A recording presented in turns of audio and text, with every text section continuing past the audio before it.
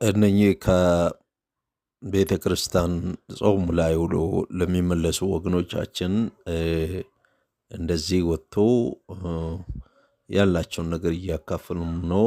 ዳቦም ውሃም ቆሎም እንደዚህ እያካፈሉ ነውና እኔ ድሬዳዋ ያለው ፍቅር ሌሎችም ጋር ቢኖር ብዬ አስባለሁ። ምክንያቱም ይሄ ነው ኢትዮጵያዊነት፣ እርስ በርስ መተሳሰብ፣ ፖዚቲቭ ቲንገር መሆን በጣም ጥሩ ነው ብዬ አስባለሁ። ምክንያቱም ይሄ ህዝብ ተዋዶ ተጋብቶ አብሮ በልቶ አብሮ ጠጥቶ የሰፈር ልጅ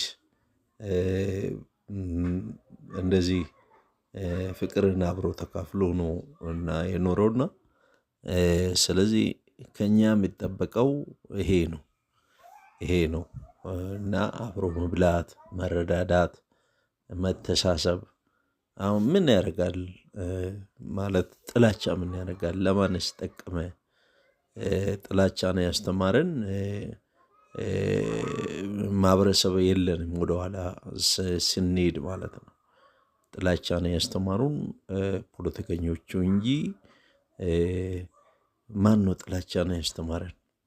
የጥላቻ ባለቤት ሰውን እንድንጠላ የሚያደርግ የሰው ልጆች ሁሉ ጠላት ሰይጣንና ሰይጣን ብቻ ነው እንጂ ሰው በሰውነቱ የተከበረ ነው። ሰው በማንነቱ የተከበረ ነው። በቃ ሰው ሆኖ በመፈጠሩ ብቻ ክቡር ነው ሰው። ስለዚህ እምነት የተለየ ነው ማለት እምነት ሌላ ነው፣ ደግሞ መተሳሰብ ደግሞ ሌላ ነው። አሁን ከንቲባውን አያችሁ እዚህ ጋር ከንቲባውን አቶ ጀዋርን እና በጣም